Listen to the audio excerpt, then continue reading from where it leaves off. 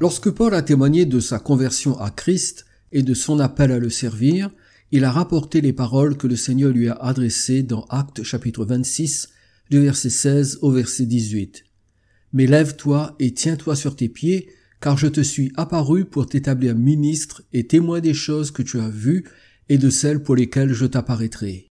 Je t'ai choisi du milieu de ce peuple et du milieu des païens vers qui je t'envoie, afin que tu leur ouvres les yeux pour qu'ils passent des ténèbres à la lumière et de la puissance de Satan à Dieu, pour qu'ils reçoivent par la foi en moi le pardon des péchés et l'héritage avec les sanctifiés. » Cette déclaration de Paul est largement sous-estimée par les chrétiens, ce qui a pour résultat une mauvaise application du Nouveau Testament dans son ensemble.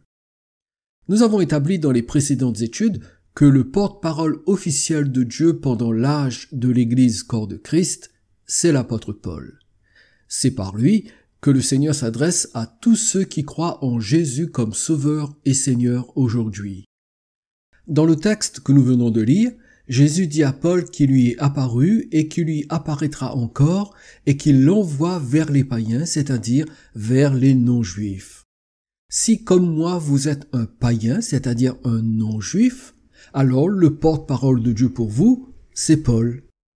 Quelqu'un pourrait objecter en disant que nous ne devons pas nous limiter à Paul, car nous ne pouvons pas rejeter Jésus et les 12 apôtres. Bien sûr, rejeter Jésus et les 12 apôtres serait complètement insensé, car nous avons des choses à apprendre d'eux. Mais les instructions et les commandements que Dieu veut que nous suivions, ce sont ceux que Paul nous a transmis. Le but de cette étude, c'est de montrer que le message de Jésus dans les évangiles et celui des 12 dans les actes des apôtres ne sont pas adressés aux non-juifs que nous sommes et qui vivons dans l'âge de l'Église corps de Christ. Il est important de ne pas oublier que cet âge est caractérisé par la grâce seule, au moyen de la foi seule, comme Paul l'a proclamé dans Éphésiens chapitre 2 versets 8 et 9, car c'est par la grâce que vous êtes sauvés par le moyen de la foi, et cela ne vient pas de vous, c'est le don de Dieu. Ce n'est point par les œuvres afin que personne ne se glorifie. La gratuité et la non-participation de l'homme dans l'accomplissement du salut est unique à l'âge du corps de Christ. Ce n'était pas le cas dans l'âge de la loi qui dépasse le cadre des 39 livres de l'Ancien Testament. Nous reviendrons sur ce point un peu plus tard, car beaucoup de croyants pensent que la loi a pris fin juste après le dernier verset du dernier chapitre du livre de Malachie. Le plan du salut par la grâce seule au moyen de la foi seule a opéré un tel changement spirituel que Paul déclare dans 2 Corinthiens chapitre 5 verset 16 « Ainsi désormais, nous ne percevons plus personne de manière humaine, et si nous avons connu Christ de manière purement humaine, maintenant nous ne le connaissons plus ainsi. » Nous pouvons ajouter à ce texte révolutionnaire ce que Paul dit dans Galates chapitre 2 versets 1 et 2, puis au verset 6, « 14 ans après, je montai de nouveau à Jérusalem avec Barnabas, ayant aussi pris Tite avec moi, et ce fut d'après une révélation que j'y montai. Je leur exposai l'évangile que je prêche parmi les païens, je l'exposai en particulier à ceux qui sont les plus considérés, afin de ne pas courir ou avoir couru en vain. Ceux qui sont les plus considérés, quels qu'ils aient été jadis, cela ne m'importe pas. Dieu ne fait point exception de personne. Ceux qui sont les plus considérés ne m'imposèrent rien. Il est indispensable de comprendre ce que Paul déclare dans ces deux passages. Le contexte du texte de Galates indique que l'expression « les plus considérés » désigne les 12 apôtres et plus particulièrement Pierre, Jacques et Jean. C'est ce que confirme le verset 9. Mais notez la phrase du verset 6. « Quels qu'ils aient été jadis, cela ne m'importe pas. » Paul dit que quels que soient les avantages historiques des 12 apôtres, en ce qu'ils ont connu Jésus dans son humanité, cela n'avait plus aucune importance ni pour lui ni pour Dieu. Cela signifie que le ministère terrestre de Jésus et des 12 apôtres durant la période du livre des Actes ne s'adresse pas directement aux païens qui font partie du corps de Christ aujourd'hui. Il faut le savoir. Le ministère terrestre de Jésus et celui des 12 apôtres après lui concernait principalement Israël selon les prophéties de l'Ancien Testament en rapport avec l'établissement du royaume de Dieu. Dans cet enseignement, nous allons examiner 3 vérités capitales ignorées de la majorité des chrétiens. Premièrement, les 4 évangiles s'apparentent à l'Ancien Testament.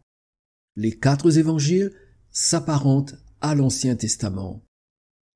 Si vous avez une Bible de grande taille ou de taille moyenne, vous trouverez juste avant le livre de la Genèse une page sur laquelle est écrit Ancien Testament. Puis, juste après le livre de Malachie et avant le livre de Matthieu, vous trouverez une page sur laquelle est écrit Nouveau Testament. Cela indique que la Bible est divisée en 2 grandes sections que nous connaissons tous. Le problème, c'est que la division se trouve au mauvais endroit, car en réalité, les événements décrits dans les 4 évangiles se déroulent toujours sous l'alliance mosaïque de l'Ancien Testament, c'est-à-dire sous la loi. De nombreux chrétiens croient que Jésus a exercé son ministère sous la Nouvelle Alliance parce que les 4 évangiles se trouvent dans le Nouveau Testament. Mais c'est faux, car voici ce que Jésus lui-même dit à ce sujet dans Matthieu chapitre 5, du verset 17 au verset 19. « Ne croyez pas que je sois venu pour abolir la loi ou les prophètes. Je suis venu non pour abolir, mais pour accomplir. Car je vous le dis en vérité, tant que le ciel et la terre ne passeront point, il ne disparaîtra pas de la loi un seul iota ou un seul trait de lettre jusqu'à ce que tout soit arrivé. Celui donc qui supprimera l'un de ces plus petits commandements et qui enseignera aux hommes à faire de même sera appelé le plus petit dans le royaume des cieux. Mais celui qui les observera et qui enseignera à les observer, celui-là sera appelé grand dans le royaume des cieux. » Jésus n'a ni anéanti, ni affaibli en aucune façon la loi de Moïse et les écrits des prophètes. En fait, il dit qu'il est venu pour accomplir la loi, c'est-à-dire pour la garder pleinement et la compléter entièrement. Il a même averti ses auditeurs qu'ils doivent observer même les plus petits des commandements de Moïse. Par exemple, après avoir guéri un lépreux, Jésus lui dit dans Matthieu chapitre 8, verset 4, « Garde-toi d'en parler à personne, mais va te montrer au sacrificateur et présente l'offrande que Moïse a prescrite afin que cela leur serve de témoignage. » L'instruction de Jésus ici est absolument conforme à ce qu'ordonne Lévitique chapitre 14 du verset 3 au verset 7 qui stipule clairement qu'en cas de guérison, le lépreux devait la faire confirmer par le sacrificateur qui accomplirait sur lui certains rituels spécifiques. Si le lépreux est guéri de la plaie de la lèpre, le sacrificateur ordonnera que l'on prenne pour celui qui doit être purifié 2 oiseaux vivants et purs, du bois de cèdre, du cramoisi et de l'hysope. Le sacrificateur ordonnera qu'on égorge l'un des oiseaux sur un vase de terre sur de l'eau vive.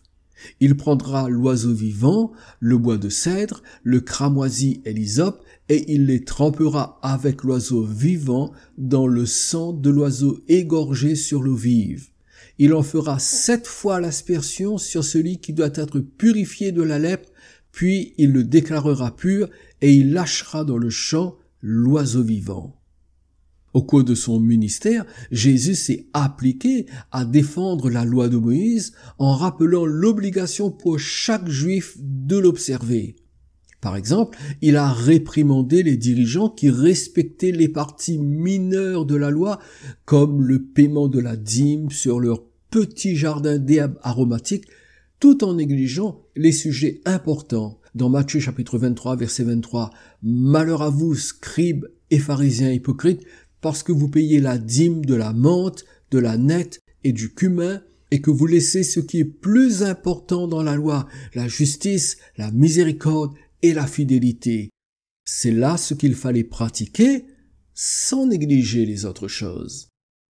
Lorsque nous comprenons que Jésus a enseigné à son auditoire à respecter la loi de l'Ancienne Alliance, cela change notre façon d'aborder les évangiles. Mais pourquoi a-t-il agi ainsi?